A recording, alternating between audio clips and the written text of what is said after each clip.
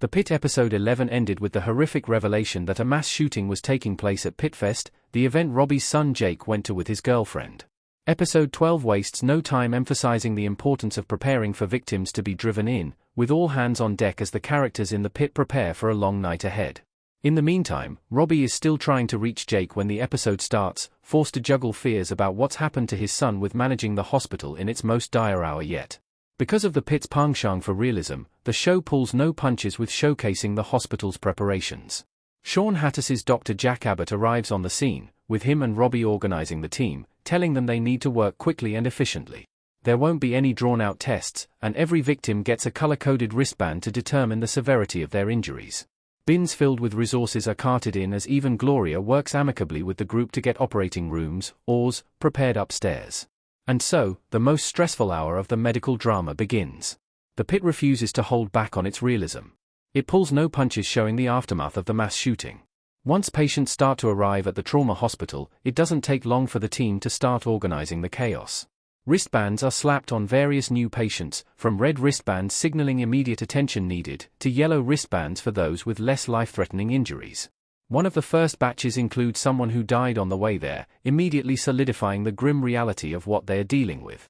Everyone's shirts get bloodier with each new patient, the trauma hospital morphing as the tragic carnage of the shooting is brought inside. Every patient story highlights the pit's emergency room accuracy, with a standout being Omar, a deaf boy who was shot in the chest.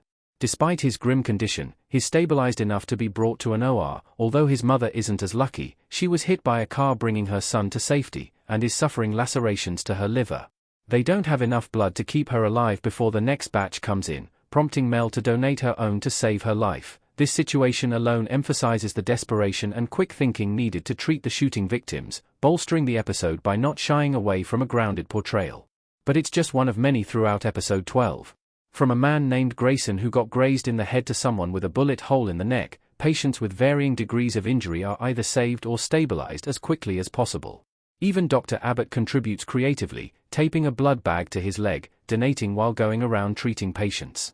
Everyone is doing everything, no matter how impractical, to save lives. Interpersonal stories continue in surprising directions. They complement the episode's momentum. Langdon looking shocked next to Robby looking stoic in the Pitt episode 8 custom image by Nick Bithrow. Despite the situation unfolding, the medical drama still finds time to weave interpersonal drama into its story. Langdon suddenly returns to the hospital after Robby kicked him out at the end of the Pitt episode 10, leading to a short but tense conversation. However, the senior resident proves himself incredibly helpful, saving the life of a woman named Dawn who passed out because of her diabetes. It's good to have an extra pair of hands at the hospital right now, but it's also evident Robby doesn't trust his motives. In the meantime, Victoria is forced to work with her mother, Dr. Shamsi, who tries teaching her despite the severity of the situation. At one point, Victoria snaps at her, hostile, her focus drifting the more her mother tries quizzing her. This conflict seems to get more tense when the medical student suggests using a different type of tube and a urine bag to save someone they don't have the proper equipment for. Shamsi doesn't seem convinced, but they do it anyway, instilling the importance of out-of-the-box thinking in emergencies while still highlighting the mother-daughter conflict that as the hospital gets busier. McKay also makes sure Harrison is alright, asking him to wait in the break room as his grandparents are on their way to get him. Chad ends up trying to leave the hospital, but is shocked and horrified by the blood-soaked trauma center he steps into. McKay ends up sending him into the break room with their son, where he has him put on a movie, trying to forget the terrifying images he's just seen.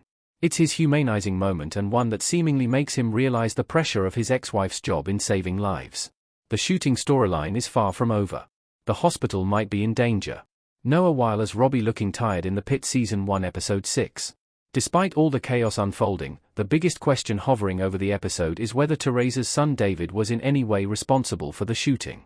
Robby believes so, an opinion strengthened by his phone getting pinged at Pittfest while the shooting was going on. However, just like Jake, he remains unaccounted for, making it unclear if he's really the shooter. Answers might come soon, however, with a SWAT team arriving after hearing the culprit might be heading toward the hospital. As for Jake, Robby's still unable to contact him by the end of the episode, sending a message that won't get delivered because the phone lines are so busy. The final shot of him nearly in tears confirms his reaching his breaking point, the anniversary of Adamson's death and Jake's unclear fate finally causing him to snap. Since more victims are still coming in, the Pitt's final 3 hours promise more stress and sadness. Even so, its gripping realism and chaotic presentation in episode 12 make it the best entry in the show so far.